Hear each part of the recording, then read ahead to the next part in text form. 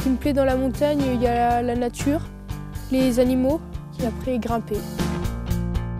Ce qui me plaît, ouais, c'est le côté partage et tout ça. On est nos cordées, on est avec nos amis, puis dans les refuges, il y a toujours une bonne ambiance. Donc, ouais, on s'entend bien. Voilà, c'est ça. Ce qui attire les jeunes, oui, c'est l'aventure.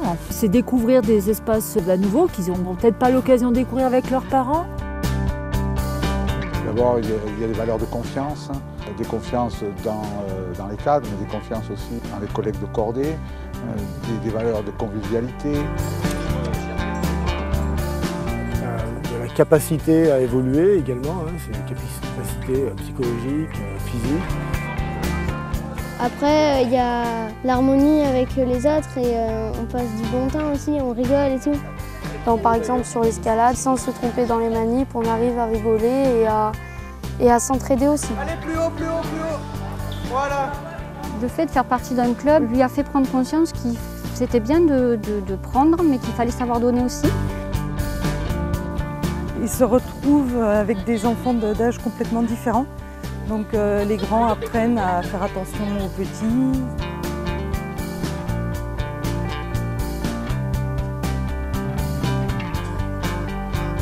La création des clubs de jeunes, c'est sur une idée donc, de la FFCAM dans les années 2000 pour essayer de relancer un petit peu les activités jeunes au sein du club alpin.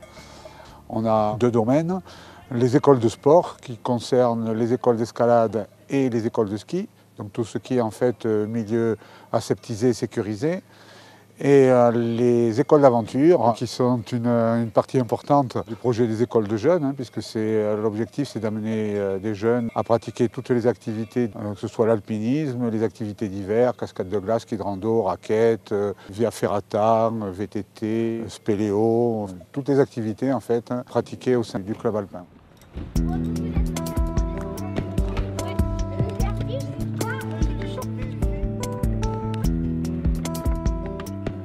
Les jeunes ont toujours pratiqué la montagne, mais beaucoup plus en famille que purement en club. Donc là, c'était vraiment pour essayer de mobiliser les clubs. On va essayer de faire un certain nombre de choses pour donner un petit peu l'idée du panel d'activités qu'on peut faire sur ce genre de mur. Donc vous voyez, je vous ai mis une traversée. L'objectif, c'est d'essayer de traverser en escalade.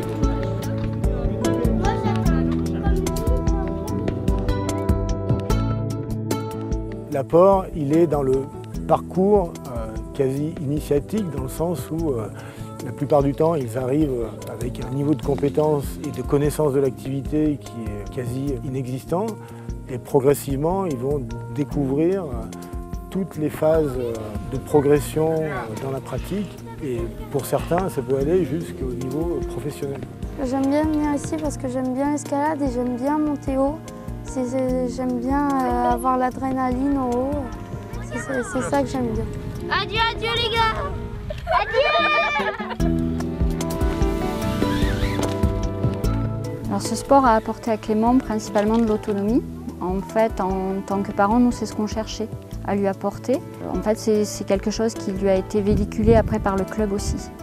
À la montagne, c'est pas tout le temps quelqu'un qui va te faire quelque chose et donc faut apprendre à être autonome et oui, ça nous aide. Enfin, moi, ça m'a aidé dans la vie de tous les jours à être autonome. Il y a Adrien qui est derrière toi pour te tenir. Donc l'escalade apporte de la concentration à Adrien, qu'il a gagné en assurance. Donc il franchit des obstacles au fur et à mesure des semaines. Autant l'année dernière, il ne grimpait pas en tête. Et en début d'année, début de la rentrée septembre, il y a eu sûrement un déclic. Et il a obtenu son premier niveau et maintenant il grimpe en tête sur des voies assez faciles. Ça va, Adrien ? Ouais. Et moi, ce que j'aimerais bien faire un jour, c'est arriver à faire le Mont Blanc. Mais bon, c'est pas pour tout de suite, mais ouais, j'aimerais bien faire le Mont Blanc.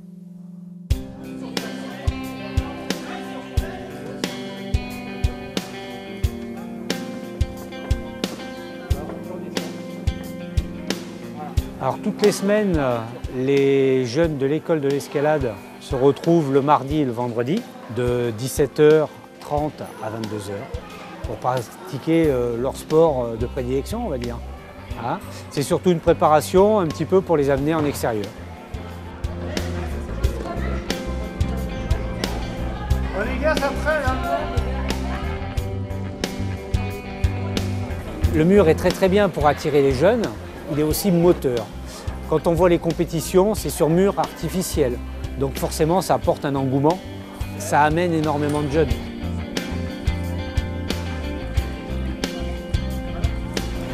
Oui, oui, voilà. Allez, vas-y, monte ton pied gauche. Je trouve que c'est un endroit où ils peuvent se retrouver, grimper ensemble. Ça permet aussi de leur donner de la régularité dans l'escalade. Et ça leur permet également, si l'on veut faire des exercices au niveau des manips de cordes, qui pourront leur être utiles dans le milieu naturel, c'est un endroit qui est quand même plus rassurant pour faire des manips. Et non, avant la dégaine, c'est notre yo-yo. On a énormément de chance à Roquebaron, c'est qu'on a des parents qui sont aussi au sein de l'association et qui vont grimper. Donc ça permet d'avoir une souplesse au niveau de l'encadrement qui est assez facile. Et il y a aussi des jeunes donc, qui encadrent ou qui m'aident à l'encadrement, sur qui on peut avoir confiance. Et quand il y a beaucoup de gens, ils vont pouvoir s'occuper d'une cordée, de l'apprentissage des nouveaux. Allez, monte-le ce pied gauche, là où il y a ta main. Voilà. Très bien. Allez, pousse sur ce pied, voilà. J'ai été emmenée par mon fils et il m'a dit « Maman, tu verras, c'est génial, ça me détend, viens avec nous ». Et je suis venue donc avec mon fils et ma fille et j'ai trouvé ça génial. Je suis tombée amoureuse, je suis vraiment tombée amoureuse de ce sport. Et en plus, c'est un sport que j'ai pu partager avec mes deux enfants et c'est quelque chose de génial parce que ça a soudé des liens assez dingues. À la maison, c'est quelqu'un qui est assez introverti, qui est timide, qui reste dans sa chambre, qui est dans les bouquins, dans les mangas. C'est ce qu'on appelle un geek. Et ici, il s'éclate. Il rit, il fait de l'humour, il a confiance en lui. Et l'escalade lui a donné cette confiance qu'il n'avait pas.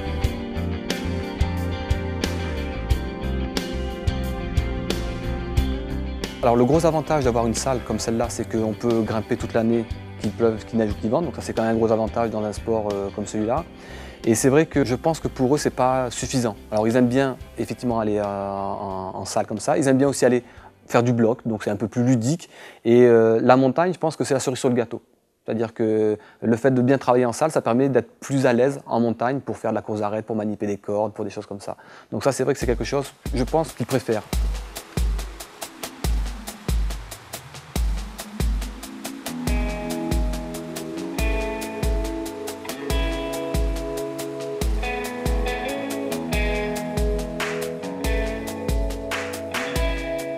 Quand on est en montagne, ça n'a quand même rien à voir avec le mur.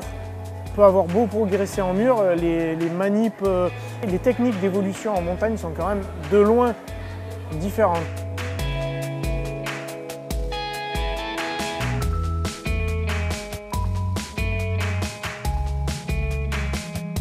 Le terrain d'aventure, il est spécifiquement défini par aucun point d'assurage. En fait, c'est nous-mêmes qui coinçons des coinceurs dans les fissures et les failles et qui nous assurons là-dessus. Donc il faut vraiment avoir confiance en ce qu'on fait et en notre point d'assurage qu'on a créé. Ça fait beaucoup développer l'autonomie.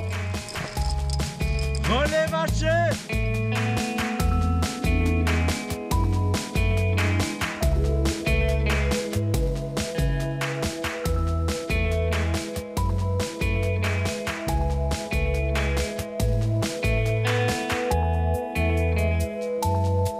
Quand on est là-haut, on se sent libre, on pense pas aux choses de la vie, quoi. On est bien, on est ensemble. C'est un peu le sentiment de liberté. C'est plus naturel, je dirais, qu'à l'escalade. Et puis on voit les gens tout le temps. Pendant une semaine entière, on vit avec eux. Du coup, on les voit selon toutes leurs humeurs et l'ambiance, elle est géniale. Puis on commence à devenir vraiment autonome niveau organisation, on prépare à manger.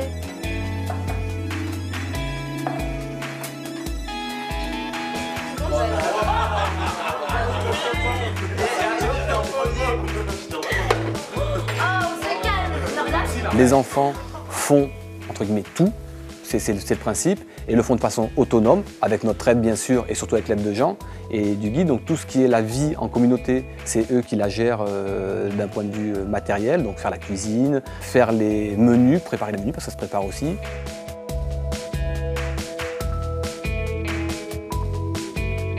Et après, il y a toute la partie préparation des activités, où au début, c'était quelque chose qui était impossible pour eux, ils ne voyaient pas ce qu'il fallait faire, préparer les sorties. Et aujourd'hui, de plus en plus, regarder une carte, regarder les topos, regarder ce qu'on a besoin pour faire la sortie, combien de temps ça va prendre, est-ce que c'est une difficulté qui nous correspond, est-ce que c'est quelque chose qu'on a envie de faire. Donc de plus en plus, et même aujourd'hui, toutes les sorties qui sont faites, c'est eux qui les choisissent et qui les préparent. Et pour les sables, on en prend 3, parce que là, il n'y a pas de 400. Mais après, il n'y a pas une course d'arrêt après. 3 par cordée, 3 par personne. Le soir, c'est le débriefing, donc on dit ce qu'on a ressenti pendant la journée, ce qui s'est passé, ce qui allait bien ou pas bien. Moment santé. Voilà, c'est un moment de partage des émotions qu'on a eues pendant la journée. J'ai trouvé que c'était sympa, la course d'arrêt, ouais, c'était super beau. C'était sympa, on était sur le fil de l'arête, franchement, avec le vide des deux côtés, on était calés. C'était la montagne. Moi, je préfère grimper au soleil qu'à l'ombre. Vraiment. Non, allez, c'est bien. Moi, j'ai bien aimé et j'ai préféré le rappel. Ah, il était quoi? En fait, je pense que le plus dur, c'est la marche d'approche et la marche de retour.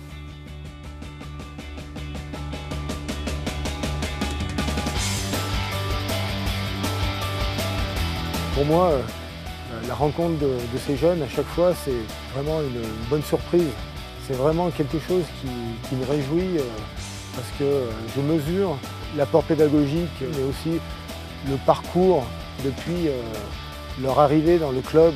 Ils accèdent aujourd'hui à l'autonomie, ils sont proches d'y accéder. C'est réconfortant. 345. En rentrant, je te montre comment on calcule cet azimut sur la carte. Le côté intergénérationnel est très intéressant, on a tous à apprendre des uns et des autres, entre générations déjà. Nous, on a des choses à leur apprendre, c'est sûr, mais eux aussi nous apportent beaucoup de choses. On peut comprendre qu'il y a des réticences par rapport aux réglementations, à la responsabilité qu'il y a quand on s'occupe de jeunes comme ça, mais je pense qu'il ne faut pas s'arrêter à ça pour se lancer dans cette aventure, parce que c'est vrai que c'est une belle aventure. Et je pense que ce qu'on peut en retirer, ce que les jeunes peuvent en retirer, ce que nous, adultes et cadres peuvent en retirer, je crois que c'est fabuleux. Et je pense qu'il faut vraiment laisser un petit peu de côté cette peur de la responsabilisation et puis se lancer dans cette aventure.